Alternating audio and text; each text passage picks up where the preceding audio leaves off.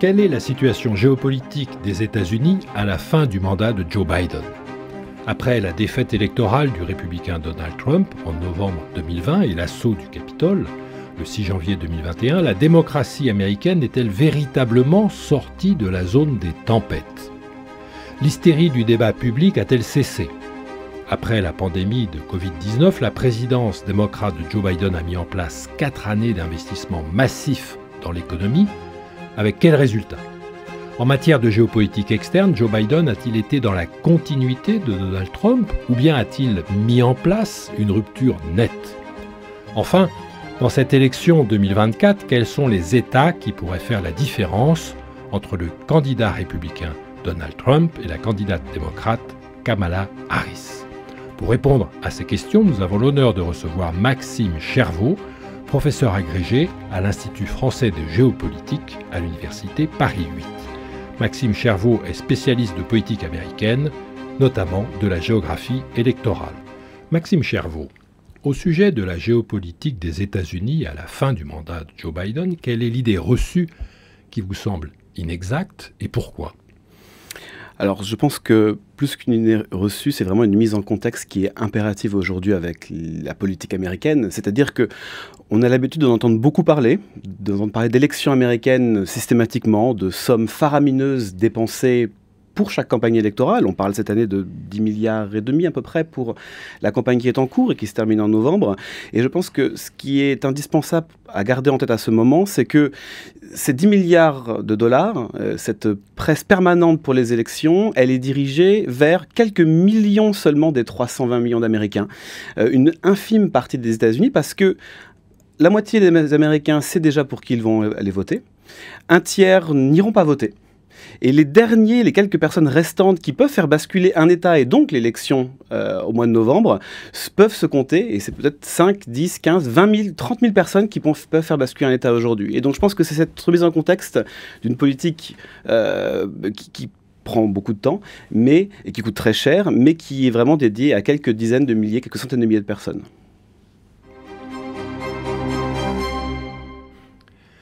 Maxime Chervaux, 4 ans après la défaite de Donald Trump en novembre 2020 et l'assaut sur le Capitole le 6 janvier 2021, quel risque persiste pour la démocratie américaine? Alors, un des plus grands écarts qu'on aperçoit aujourd'hui aux États-Unis, quand même, un des sujets les plus sensibles et les plus importants, c'est ce que représentait l'assaut du Capitole en janvier 2021. C'est-à-dire que Joe Biden, depuis son élection, a mis en avant les questions de démocratie, énormément. On l'a vu dans sa politique étrangère, par exemple, avec le sommet pour la démocratie. Et au même moment, pourtant, au sein même des États-Unis, de vrais doutes existent sur la solidité des institutions américaines, après un tel assaut, mais après une quinzaine d'années vraiment très violentes, où déjà de violences politiques se sont multipliées. Et où un candidat, donc ancien président, aujourd'hui Donald Trump, qui est candidat pour récupérer le poste qu'il a perdu en 2020, passe son temps et sa campagne à délégitimer les élections, et donc l'institution centrale d'un système démocratique et représentatif, à la fois dans une optique de remettre en question une éventuelle défaite cet automne, mais également tout simplement parce qu'il refuse d'accepter qu'il a perdu en 2020, même si par moment on a bien cru comprendre qu'il l'avait reconnu, mais que pour lui c'est plus payant de dire que l'élection a été volée, truquée, alors même qu'il était président à ce moment-là et que les États qu'il a dans une certaine mesure perdus ont souvent été des États où les républicains eux-mêmes contrôlaient le système électoral. On le voit notamment en Géorgie et dans l'Arizona à cette époque-là.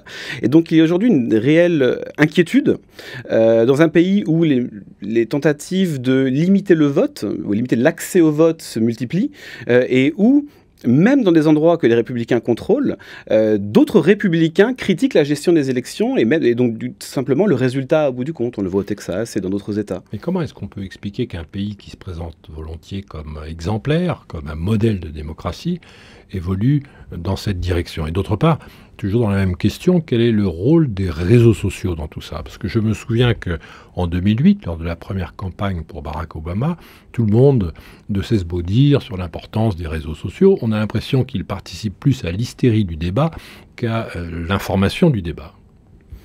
Oui, alors... pour la première partie de votre question.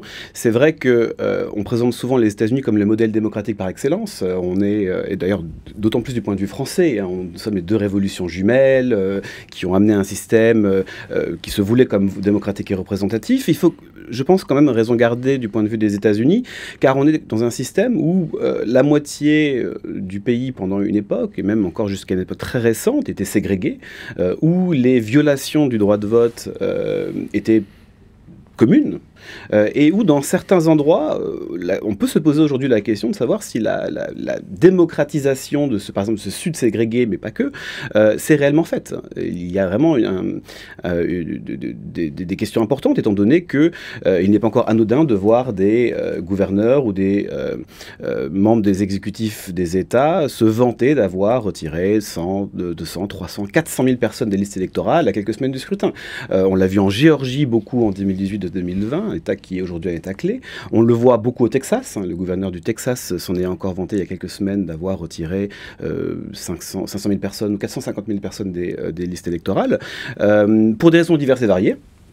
Mais donc, dans les pratiques et même dans les mots qui sont utilisés, il y a encore des sujets qui nous amènent à faire très attention à la démocratisation même des élections américaines. Et dans ce jeu, qui d'ailleurs vient délégitimer le système pour des démocrates comme des républicains. Hein. Quand vous êtes dans un État républicain et que vous êtes démocrate et qu'on vous annonce qu'on retire un grand nombre de personnes des listes électorales, qu'on change régulièrement l'emplacement des bureaux de vote. On le voit par exemple encore une fois au Texas où tout d'un coup le maire de Dallas a décidé de retirer les bureaux de vote des universités, qui sont quand même le cœur du vote démocrate, du vote jeune et démocrate aux États-Unis. Et de l'autre côté, quand vous êtes un républicain, vous allez aussi invoquer un certain nombre de représentations géopolitiques qui peuvent parfois dater. On revient encore systématiquement à cette question de est-ce que la machine électorale et démocrate de Chicago ou de Newark n'ont pas fait basculer ces États pour les démocrates pendant de très longues périodes, tout simplement en trichant, en allant chercher des votes qui n'existaient pas ou en bloquant l'accès, en bloquant moins l'accès au vote, mais plutôt en allant remplir les urnes, comme ça s'est probablement fait pendant très longtemps aux États-Unis. Et donc des deux côté, il y a un imaginaire qui est vite invoqué. Et cet imaginaire, il est aujourd'hui entretenu, alors amplifié, c'est très difficile à quantifier, mais il est au moins entretenu par les réseaux sociaux, c'est vrai, qui ajoutent énormément de brouillard dans une élection comme celle-ci. C'est-à-dire que Facebook, Instagram, TikTok, de plus en plus également aussi, sont des endroits où la moindre idée, le moindre mot, la moindre idée fausse d'ailleurs, peut être très facilement véhiculée, trouver une petite caisse de résonance. Et bon, voilà, c'est très difficile de savoir si c'est vraiment ça qui va accroître le nombre d'Américains qui ont de moins en moins confiance en leur institution, ou si c'est simplement un endroit où vont se maintenir un certain nombre d'idées fausses véhiculées, sans retrouver d'ailleurs la contrepartie critique qui va venir justement la recontextualiser, voire tout simplement la dénoncer. Maxime Chervaux, passons maintenant à la géopolitique interne des États-Unis. La présidence de Joe Biden a mis en place 4 ans d'investissement massif dans l'économie. Quel est le bilan ? Alors c'est vraiment le gros point que Joe Biden cherche à défendre. C'est-à-dire qu'il a récupéré la gestion des États-Unis, du gouvernement fédéral, à la suite de la crise de la Covid et de la pandémie. Et pour la première fois depuis les années 60, des investissements massifs ont été faits à la fois dans l'économie, donc ça a été les différents plans qui ont commencé sous Donald Trump et qui ont continué sous Joe Biden, qui visaient à aider les Américains justement dans cette période pandémique. On pense par exemple à l'extension du crédit d'impôt pour les enfants, qui a été une mesure phare et qui, selon les statistiques, a pu faire descendre la pauvreté chez les enfants de 5 à 10 points aux États-Unis, mais qui a expiré en 2022. Au début 2023. Il y a eu ensuite le Jobs Act de 2021 qui a investi plus de 1000 milliards de dollars dans l'économie américaine et notamment dans les infrastructures, ce qui est quelque chose de fondamental étant donné qu'aux États-Unis, si vous allez dans certains États, des fois on peut se trouver du point de vue français extrêmement choqué par la qualité des infrastructures routières, des ponts, des aéroports, notamment dans en dehors des très grandes villes américaines. Et donc la première fois, une loi bipartisane qui a été soutenu par beaucoup de républicains au Sénat et au Congrès, en général au Congrès américain, a été passé et a investi beaucoup d'argent dans l'économie. Puis, un an plus tard, l'Inflation Recovery Act, qui est venu, lui, investir dans les technologies de pointe, notamment l'IA, mais également les batteries électriques, les véhicules électriques, et dans différents secteurs de l'économie pour décarboner l'économie américaine. Et donc, c'était plus de 400 milliards qui ont été encore une fois investis dans l'économie américaine, avec encore une fois des voix républicaines qui sont venues soutenir la préparation de ces travaux. C'est la première fois depuis les années 60 où on voit aussi ce niveau d'investissement dans l'économie américaine, mais également un accord bipartisan pour y arriver. Alors qu'il n'a pas été repris au niveau des candidats ou au niveau de Donald Trump, mais en tout cas, il y avait beaucoup de républicains qui soutenaient, et voire certains qui ont refusé de soutenir à l'époque, mais qui utilisent ces investissements pour leur campagne électorale aujourd'hui. Ted Cruz, le sénateur du Texas par exemple, a voté contre, mais en pleine campagne un petit peu serrée pour le Sénat en Texas, réutilise ces investissements en disant voilà ce qu'on a fait pour vous, chers amis texans. La grosse difficulté, c'est que le côté historique de ces investissements a un petit peu disparu derrière le gros problème qu'a traversé l'administration Biden, mais comme on l'a vu nous aussi en Europe, qui est l'inflation.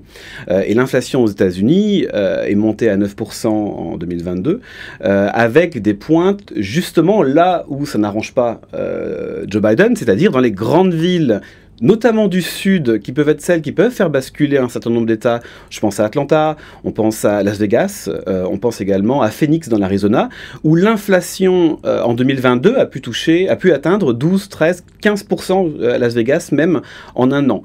Et donc c'est vrai que si la partie énergétique a pu redescendre, c'est-à-dire que le prix de l'énergie a redescendu, et ça c'est à l'avantage de Joe Biden, en espérant que les Américains oublient que l'énergie est montée si rapidement, toute la partie qui concerne les biens de consommation et surtout le logement reste en l'état. Les Américains savent qu'ils vont dépenser 1 000 $ par mois dans certaines villes américaines, de plus qu'il y a 4 ans, pour se loger, se nourrir. Et c'est quelque chose contre lequel Joe Biden et Kamala Harris, qui était sa vice-présidente, doivent se battre aujourd'hui.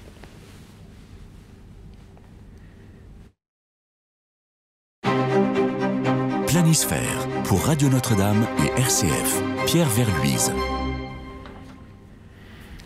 Maxime Chervaux, passons à la géopolitique externe. Joe Biden a-t-il été dans la continuité de Donald Trump ou bien a-t-il mis en place une rupture nette ? C'est la question probablement qui peut être la plus surprenante peut-être a posteriori en regardant 4 ans plus tard. C'est-à-dire que la politique étrangère américaine est un mastodonte à transformer. C'est-à-dire que souvent un mandat ne laisse pas apparaître une dimension particulière à un président par rapport à son prédécesseur, qu'il ait été du même parti ou non. Et c'est vrai que sur un certain nombre de sujets, Joe Biden s'inscrit quand même plutôt dans la continuité de Donald Trump, quand on le voit par rapport dans ses relations avec la Chine, où les questions de protectionnisme, de concurrence et tout simplement d'économie sont extrêmement importantes. Sujet sur lequel Joe Biden a rajouté la question de la démocratie également aussi. Et de ce point de vue-là, les partenariats qui avaient été faits avec un certain nombre de puissances régionales, l'Inde, l'Australie, le Japon dans la région, sont maintenus. Mais d'une certaine manière, la présidence de Donald Trump a été tellement compliqué du point de vue de la politique étrangère, que Joe Biden a, dès le départ, réussi à remettre en place un certain nombre d'éléments qui faisaient partie de la politique étrangère traditionnelle des États-Unis depuis maintenant 50 ans, notamment les questions de défense du multilatéralisme. On l'a vu, une des premières choses que Joe Biden a essayé de faire dès son arrivée, ça a été de rassurer ses alliés, que ce soit les alliés du point de vue pacifique et de l'Indo-Pacifique, la AUKUS avec le Quad, ces formats de partenariat ont été rehaussés, remis en avant, et du point de vue européen, c'est l'OTAN. L'OTAN qui a repris sa place également comme un élément central de la politique étrangère américaine, et d'ailleurs avec un regain d'intérêt pour l'Europe. On le sait, sous Donald Trump, les relations ont souvent été un peu compliquées, du point de vue du protectionnisme américain qu'il a mis en place, sur lequel Joe Biden n'est pas complètement revenu non plus, mais le déclenchement de l'invasion russe totale de 2022 en Ukraine a vraiment remis l'Europe au cœur des priorités américaines. Alors, sur le long terme, on verra bien, mais en tout cas à court et à moyen terme. Donc la défense du multilatéralisme, la défense des institutions multilatérales comme l'ONU également aussi, mais aussi des négociations internationales pour lutter contre le réchauffement climatique, dans le cadre des COP, ce sont des sujets qui ont été remis sur la table par Joe Biden, dans la continuité de Barack Obama par exemple auparavant. Et c'est vraiment là où on voit déjà dès maintenant une réelle différence avec Donald Trump. Maintenant, tout n'est pas, entre guillemets, reparti comme avant, en tout cas même du point de vue de Joe Biden. Pendant 4 ans, le département d'État a été financièrement asphyxié sous l'administration de Joe Biden, c'est-à-dire il a perdu des centaines de ses membres de son staff. C'était une volonté réelle tout simplement de ne pas alimenter financièrement le département d'État. Là où il y a eu des coupes financières à cette époque-là, ça a été notamment au département d'État. Et donc c'est quelque chose sur lequel ce sont des changements structurels sur lesquels il faudra plus de 4 ans pour réussir à vraiment remettre en place toute l'infrastructure qui existait auparavant, notamment au département d'État, mais pas que. Sur la longue durée, j'ai l'impression qu'au moins depuis les années Obama, il y a une intention des États-Unis qui est de se concentrer sur la relation avec la République populaire de Chine et de se désengager plus ou moins du Moyen-Orient et de l'Europe géographique. Et finalement, il y a sur ce chemin, sur cette dynamique, des obstacles qui surviennent, imprévus, qui oblige les États-Unis à reprendre à nouveau une partie de ce qu'ils vivent comme un fardeau, soit au Moyen-Orient, soit dans l'Europe géographique. Complètement. Alors, c'est même d'ailleurs un changement stratégique qui s'est opéré dans les années 2000. On l'a vu, la naissance de cet intérêt pour ce qu'on appelle l'Indo-Pacifique aujourd'hui, ce qui a pu être pendant un moment le détour vers l'océan Indien et puis par la suite vers le Pacifique. C'est quelque chose qui a marqué les États-Unis depuis les années 2000.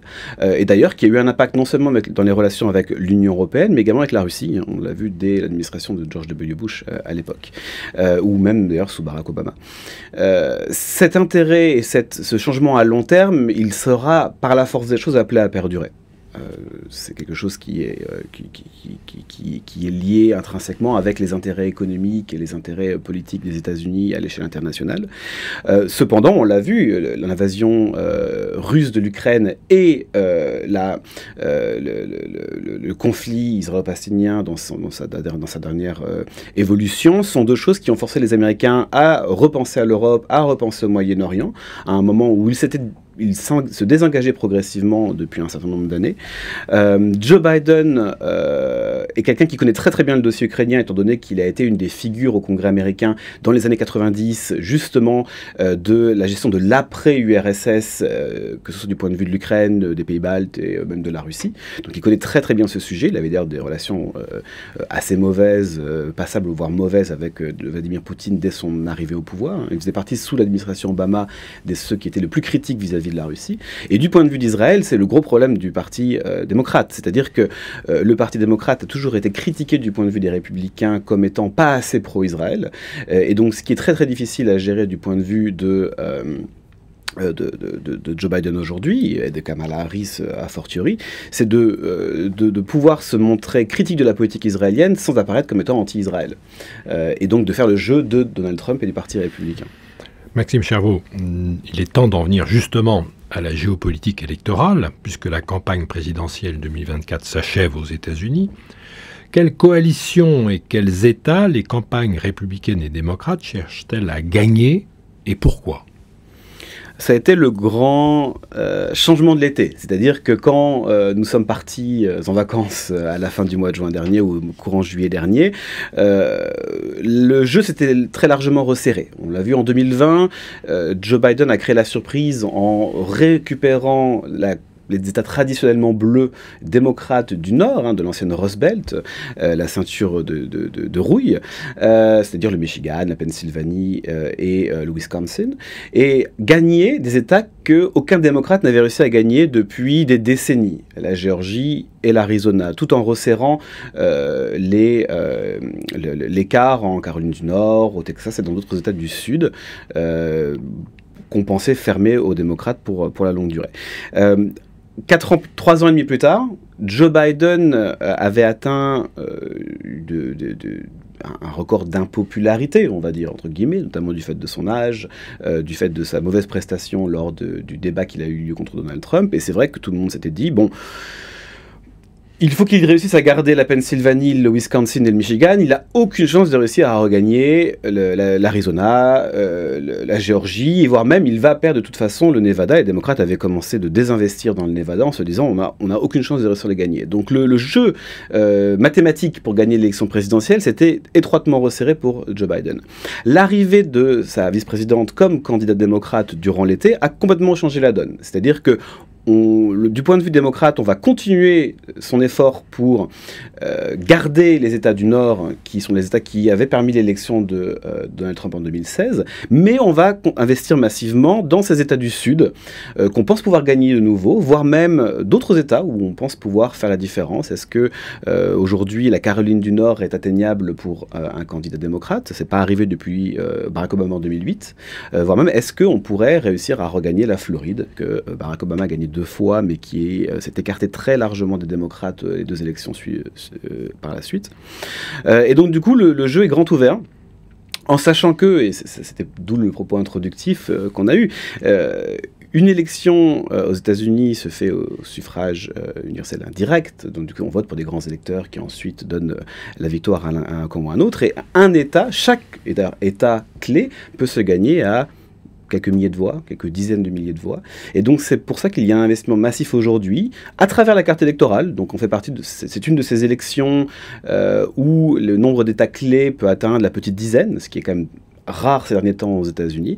Et du point de vue de Kamala Harris, elle a réussi à réélargir la carte électorale, et donc du coup à mettre en difficulté Donald Trump dans une élection qu'il pensait déjà quasiment actée. Et il y avait des raisons de penser que le jeu favorisait largement Donald Trump il y a 2 mois. Aujourd'hui, on est sur du 50-50, avec ce double investissement à la fois dans la Rust Belt pour gagner ici les voix de la classe ouvrière, mais également des populations noires et des jeunes, et dans le Sud, où du point de vue des démocrates et des républicains, les populations à essayer de gagner, ça va être notamment les populations latino.